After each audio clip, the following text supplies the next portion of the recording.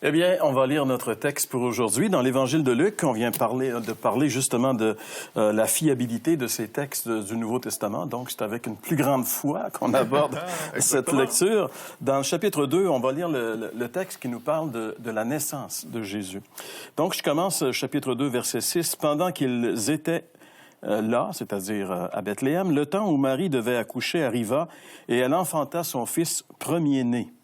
Elle l'emmaillota, le coucha dans une crèche parce qu'il n'y avait pas de place pour eux dans l'hôtellerie. Il y avait dans cette même contrée des bergers qui passaient dans les champs les veilles de la nuit pour garder leurs troupeaux. Et voici un ange du Seigneur leur apparut, et la gloire du Seigneur resplendit autour d'eux. Ils furent saisis d'une grande frayeur.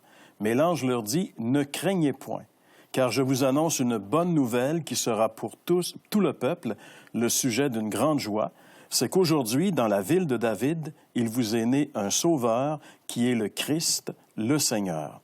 Et voici à quel signe vous le reconnaîtrez, vous trouverez un enfant emmailloté et couché dans une crèche. Et soudain, il se joignit à l'ange une multitude de l'armée céleste, louant Dieu et disant « Gloire à Dieu dans les lieux très hauts et paix sur la terre parmi les hommes qui l'agréent. » Lorsque les anges les eurent quittés pour retourner au ciel, les bergers se dirent les uns aux autres « Allons jusqu'à Bethléem et voyons ce qui est arrivé, ce que le Seigneur nous a fait connaître. » Ils y allèrent en hâte et ils trouvèrent Marie et Joseph et le petit enfant couché dans la crèche. Après l'avoir vu, ils racontèrent ce qui leur avait été dit au sujet de ce petit enfant. Tous ceux qui les entendirent furent dans l'étonnement de ce que leur disaient les bergers. Marie gardait toutes ces choses et les repassait dans son cœur. Et les bergers s'en retournèrent, glorifiant et louant Dieu pour tout ce qu'ils avaient entendu et vu et qui était conforme à ce qui leur avait été annoncé. Alors, c'est de cette façon que les Écritures nous révèlent la naissance du Fils de Dieu, de ce personnage unique que l'Évangile de Luc nous révèle. C'est assez étonnant qu'il soit né dans la ville de Bethléem. Oui, bien, on a parlé de la véracité des Écritures. Et le prophète Michée annonçait cette vérité-là. Et Jésus aurait dû normalement naître à Nazareth. C'est là qu'il a été élevé quand il était petit garçon. Et la prophétie annonçait Bethléem.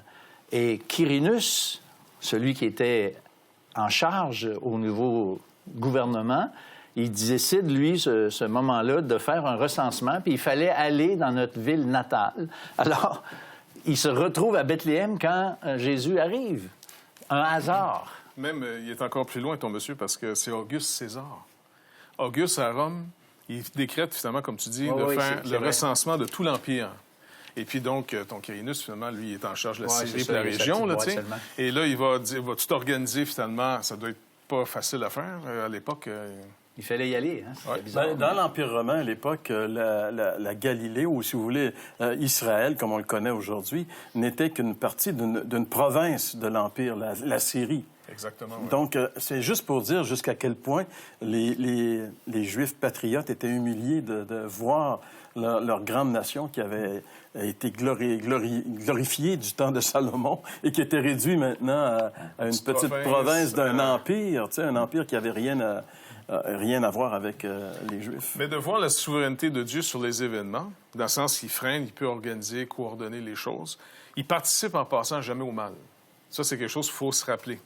Parce que, comme Jacques nous rappelle, Dieu tente personne au mal comme il est lui-même pas tenté par le mal. Ce qu'il fait, c'est qu'il va freiner, par contre, le mal humain.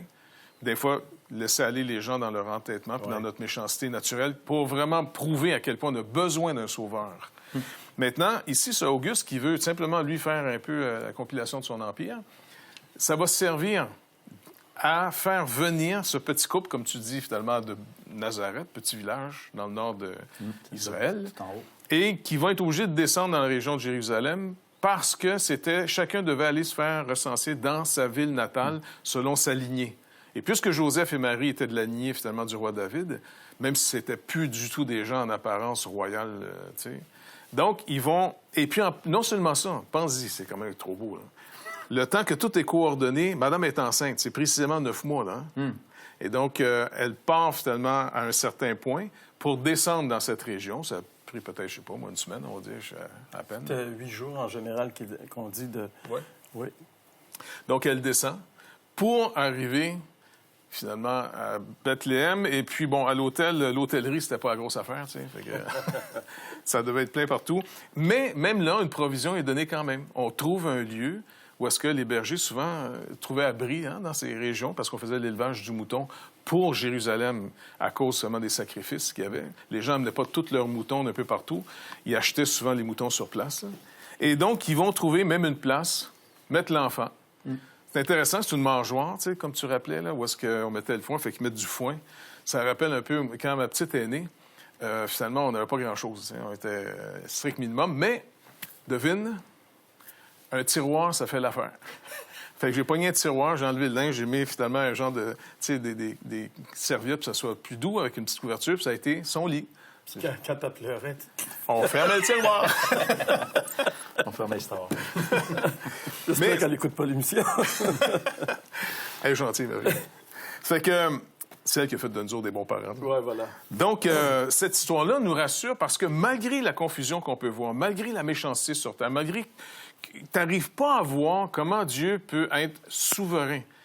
Il est souverain, mais il laisse aussi une certaine marge de responsabilité aux humains pareils. Mais il ne perd pas contrôle. Au point que Jésus nous rassure en disant qu'il n'y a pas un cheveu de notre tête qui n'est pas compté. Puis il n'y a pas un moineau qui meurt sans que son père soit à côté. Mais mystérieusement pour nous, le fameux mystère de l'iniquité, on n'arrive pas à le comprendre. Mais je suis certain qu'à certaines périodes, quand Dieu retire sa main, tu sais, on pense aux Allemands avec la Deuxième Guerre mondiale. C'était un peuple extrêmement instruit. l'Église était très présente dans la culture, mais 2 guerres causées par une des nations les plus instruites, qui avait finalement l'Évangile, et néanmoins, ça peut tourner au vinaigre sans problème. Et aussi, la souveraineté de Dieu nous montre qu'on peut voir dans un pays où tout va mal, la grâce de Dieu venir et déclencher un réveil. Beaucoup de gens se viennent à lui, comme au Pays de Galles, en d'autres places comme ça, où il y a eu des grands réveils où les gens se sont tournés vers le Seigneur Jésus-Christ, et ça a littéralement changé la culture. Le recensement de César a fait bouger, en fait, tout l'Empire. Ouais. Mais Dieu a permis que tout l'Empire bouge pour une seule raison. Et c'est ça qui est merveilleux. Et de savoir que toutes les promesses que Dieu nous fait dans la parole de Dieu, on peut se fier parce que Dieu peut faire bouger n'importe quoi, le monde entier, pour accomplir sa parole. Ça devrait nous réconforter. Puis on espère que vous avez établi une relation avec Dieu dans ce sens-là, de savoir qu'il est souverain et que vous pouvez vous confier entièrement et totalement en lui. Et pour ce faire, on doit venir à lui personnellement. Jean-François, dans un instant, va nous expliquer comment c'est possible de entrer dans une relation personnelle avec ce grand Dieu. Vous avez des questions ou des commentaires sur ce que vous venez d'entendre? Contactez-nous par téléphone ou réagissez sur les médias sociaux.